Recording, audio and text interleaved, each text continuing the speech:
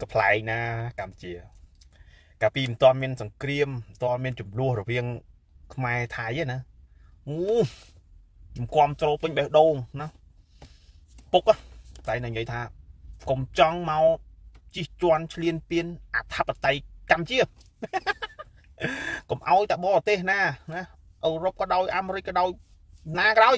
ណាមកនិយាយរឿងសិទ្ធិមនុស្សនិយាយរឿងគោរពសិទ្ធិមនុស្សនិយាយរឿងសិទ្ធិសេរីភាពអីនោះកុំណាជាអធិបតេយ្យភាពទោះតម្លៃណាក៏ដោយត្រូវការពារឲ្យបានខ្មែរមានសុខសន្តិភាពហើយខ្មែររស់បានសុខហើយសូមអស់លោកកុំមកជឿជ្រែកក្នុងអធិបតេយ្យភាពខ្មែរគាត់ក្នុងខ្ញុំពេញបេះដូងខ្ញុំពិចារណា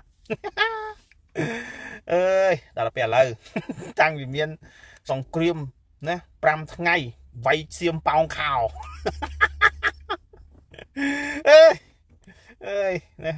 មួយថ្ងៃស្រែកឲ្យអន្តរជាតិលោកអើយជួយមើលផងស្រែកហើយអាមេរិកដូណាល់ត្រាំអើយជួយមើលផងអាណាគេហ៊ានមើលបើយើងសិតតែមានអធិបតេយ្យភាពកុំមកជ្រៀតជ្រែកណាទោះតម្លៃណាក៏ដោយក៏យើងត្រូវការពារសន្តិភាពណាមិនឲ្យតែណាគេមកជ្រៀតជ្រែកបំផ្លាញសន្តិភាពយើងបានទេគេយកអរគុណសន្តិភាពអរគុណសន្តិភាពតែឥឡូវស្រែកហៅអាណាជួយអាណាហ៊ានជួយអត់មានអាណាហ៊ានមកជួយទេ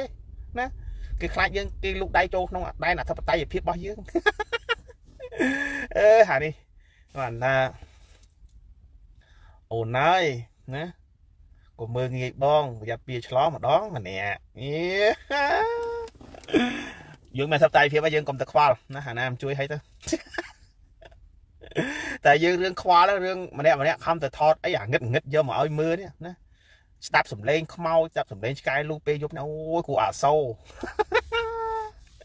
ហើយដល់ចឹងនឹងធ្វើមិនទៀតព្រោះអាសៀមនេះឡាបិចនោះឡាបិចដល់ហើយណាតែអត់មានអន្តរជាតិណាមួយគេចេញមកស្កោលទោសគេចេញមកថាថៃនឹងធ្វើមិនត្រឹមត្រូវអត់មានមិនចឹងមកពីខ្មែរនឹងខ្លាំងមកពីខ្មែរនឹងមានអធិបតេយ្យភាពដែលមិនអាចបរទេសណាលូកដៃបានទេដល់អញ្ចឹងចេះទ្រាំទៅណាអរគុណសន្តិភាព